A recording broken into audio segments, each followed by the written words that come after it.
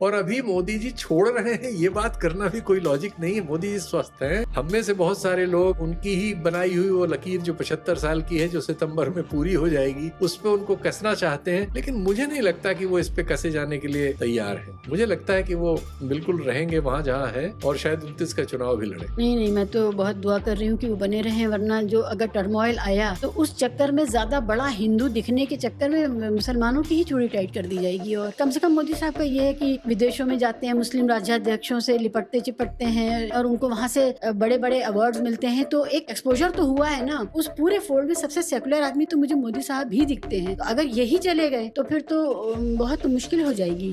योगी साहब के लिए उत्तर प्रदेश के चीफ मिनिस्टर बने रहने का भी खतरा बना हुआ है कि वो उनको चुनाव 27 तक चीफ मिनिस्टर बनाए रखेंगे या नहीं। बहुत शानो शौकत से हमने नए पार्लियामेंट का उद्घाटन देखा था जी। और अब वहाँ फोर्स लगाई गई है अंदर। आप इसको किस तरह देखते हैं? ये किस परिदृश्य की तरफ आपको ले जाता है कि पार्लियामेंट के अंदर बेल्ट वाले वर्दी वाले लोग अंदर पहुँच गए हैं? क्या अब विपक्ष के बोलने पर या जो मनपसंद ना बोले उसकी ठुकाई हो सकती है, वहाँ अंदर पिटाई हो जाएगी? हम लोग बहुत सारी अनहोनियां और बहुत सारी अप्रत्याशित चीजों को घटते हुए देखेंगे, क्योंकि जब इस तरह से सरकारें इस तरह के चुनावों को जीत के आएंगी, जैसे अब व्यवस्था हो गई है, जो चैलेंज है, जिस पर बात हो रही है, तो क्या कुछ होगा हमें नहीं पता, क्योंकि ये जो हो रहा है ये भी हमें नहीं पता था। तो अब क्या क्या होगा वहां, तो ये उसी की व्यवस्था हो रही। जैसे मैंने बताया कि इस समय पिछले वर्षों में सिर्फ एक क्षेत्र में भर्तियां बढ़ी हैं, और वो है पुलिस, चाहे अर्धसैनिक बल हो और चाहे पुलिस हो। बाकी किसी क्षेत्र में कोई वृद्धि नहीं हुई है, सब में जो संख्या थी कम हुई है। यही क्षेत्र हैं जिनमें वृद्धि हुई है। तो अब उनका आप रंग रूप संसद में भी देखेंगे, क्यों नहीं। अगर देश पुलिस स्टेट में बदल रहा है तो वो पुलिस का आप रोल संसद कैसे उससे बच सकती है। पार्लियामेंट्री कन्वेंशन क्या है इस बारे में कि क्या पुलिस को अंदर बुलाया जा सकता है? देखिए, जब उस तरह का हमला हुआ, आतंकवादी हमला तथाकथित, वो सब भी हुआ, तो भी ये नहीं हुआ था। तो अपने जो चुने हुए लोग हैं विपक्ष को हैंडल करने के लिए, क्या सत्ता पक्ष अंदर ये काम हो कर सकता है? नहीं, उसको तथाकथित नहीं, वो तो हमला हुआ था। तो नहीं, हम अभी 2 नौजवान उन्होंने वो लगाए थे ना, नारे लगाए थे, तो उनको हाँ, पक वो भी एक बेवकूफ़ी थी की उन लोगों ने। वो तो हाँ। फैक्चुअल है, चूँकि वीडियोज़ हैं सबके, जी, वो जी। सब तो उसको नहीं कह सकते। लेकिन ये आपकी बात एकदम सही है कि उस समय भी ये नहीं था, उसके बाद भी ये नहीं किया गया था। अब हुआ है जब कोई ऐसी बात नहीं है। तो लेकिन अब इस समय बहुत सारी बातें ऐसी ही हो रही हैं जो अब नहीं है, जो बात नहीं थी लेकिन बात है। जी। ये जो आप बात कह रहे हैं, यही महसूस तो यही होता है। लेकिन आपका इतना लंबा अनुभव है, तो ये लगता है कि क्या आपके पास कोई ऐसा उदाहरण है कि नहीं, पीछे भी ऐसा हुआ था, हम इस दौर को एक बार निपट चुके हैं और हम बेहतर हो नहीं, गए? ऐसा बिल्कुल नहीं, ऐसा तो कोई उदाहरण नहीं है, कोई शक मैं नहीं। इसलिए ये बात पूछ रही थी कि जो उत्तर प्रदेश के चीफ मिनिस्टर या इसी तरह के 1-2 और भी बड़े नाम हैं, क्या उनके लिए वो इतनी तन मन धन से लगे हुए हैं एक इस विचार के साथ, क्या उनके लिए कोई मजबूती नहीं है? क्या आरएसएस से नहीं आना बहुत बड़ा कारण रहेगा? नहीं, उनके बारे क्योंकि में तो ये अभी कहा है। अभी अभी देखिए, मोदी साहब की उम्र हो रही है और किसी को तो आना ही है, और उन्होंने बड़ी मेहनत की है, बहुत बुलडोज़र चलाए, ये सब किया और कानून लाए, रोमियो वाला कानून लाए और फिर उसके बाद लव जिहाद का कानून लाए, तो बहुत बदनामी उन्होंने अपने सर ओढ़ी लोकतंत्र को चोट पहुँचाने की। इसके बावजूद क्या उनके लिए कोई चांस नहीं है? नहीं, उनके लिए वो भले आरएसएस के नहीं थे, लेकिन ये हमेशा आता रहा कि आरएसएस चाहती है कि वो रहें। आरएसएस की स्कीम ऑफ थिंग्स में वो उपयोगी थे। उसी तरह से जैसे एक बहुत समय तक बाल ठाकरे उनके लिए उपयोगी थे। शिवसेना जो थी वो आरएसएस से नहीं थी, लेकिन निपटा लेकिन ही दिया, वो आरएसएस से नहीं थे तो निपट उनके गए। बाद बाल ठाकरे जब तक थे कोई निपटाने की बात नहीं करता था, और आपस में रिश्ते जितने अच्छे रखे जा सकते थे रखे गए थे। योगी आदित्यनाथ भी अपना उनका संगठन था, लेकिन वो उससे आगे बढ़ के जो कुछ आरएसएस करता या कहता है, उससे आगे बढ़ के उसी काम को करते हुए कहते हुए मिलते थे। और जब मुख्यमंत्री बने तब भी उन्होंने उनके दूसरे मुख्यमंत्रियों की तुलना में उससे आगे बढ़ के सब जो आप बता रही हैं किया कहा। निश्चित तौर पर आरएसएस की स्कीम ऑफ थिंग्स में उनका रोल होगा, लेकिन क्या वो रोल प्राइम मिनिस्टर का ही है, ये हम आप स्पेकुलेट कर सकते हैं, लेकिन पूरा स्वीकार नहीं कर सकते। और अभी मोदी जी छोड़ रहे हैं, ये बात करना भी कोई लॉजिक नहीं है। मोदी जी स्वस्थ हैं और उनके जो समर्थक हैं जैसे निशिकांत दुबे हुए टाइप, वो तो उनको 34 तक देख रहे हैं। हम में से बहुत सारे लोग या अन्य बहुत सारे लोग या उनके आलोचक उनकी ही बनाई हुई वो लकीर जो 75 साल की है, जो सितंबर में पूरी हो जाएगी, उस पे उनको कसना चाहते हैं। लेकिन मुझे नहीं लगता कि वो इस पे कसे जाने के लिए तैयार है। मुझे लगता है कि वो बिल्कुल रहेंगे वहां जहां है और शायद 29 का चुनाव भी लड़े।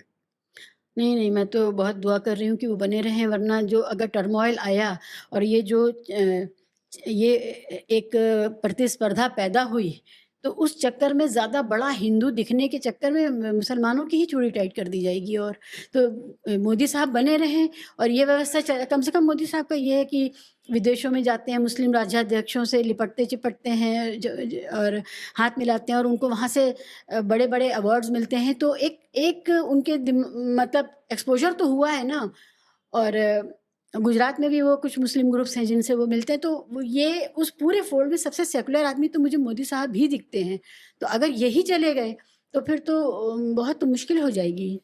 ये सही है कि जो इस समय पेरिफेरी बन रही है तमाम चीफ मिनिस्टर्स की, और उनमें जिस तरह का कंपटीशन है, उस कंपटीशन में सब कोशिश, और उसमें जैसे कई ऐसे तत्व हैं जो आरएसएस फोल्ड के ओरिजिनली नहीं हैं, जैसे असम के चीफ मिनिस्टर, तो ये सब लोग ज़रूरत से ज़्यादा एंटी जी, मुस्लिम इनको करते करना हुए पड़ता है, हाँ। हाँ नज़र आते हैं। वो खतरा आपका बिल्कुल जायज है, लेकिन मुझे नहीं लगता कि प्रधानमंत्री जैसी कुर्सी पर आरएसएस या इनकी लीडरशिप मतलब इस तरह के किसी कंप्रोमाइज में जाएगी जिसमें वो किसी नॉन आरएसएस वाले को एक्सेप्ट कर ले, एक। और नंबर दो, उससे ज़्यादा मुझे ये लगता है कि मोदी जी, शाह जी, ये जो ग्रुप है, ये ग्रुप आरएसएस के बावजूद इसका अस्तित्व है, हाँ। और वो अस्तित्व इसका क्रोनिक कैपिटलिस्टों के ग्रुप में सबसे स्वीकृत होने, और उसमें बिल्कुल उंगलियां इनकी वहां है। और वो जो इनका कब्जा है, वो कब्जा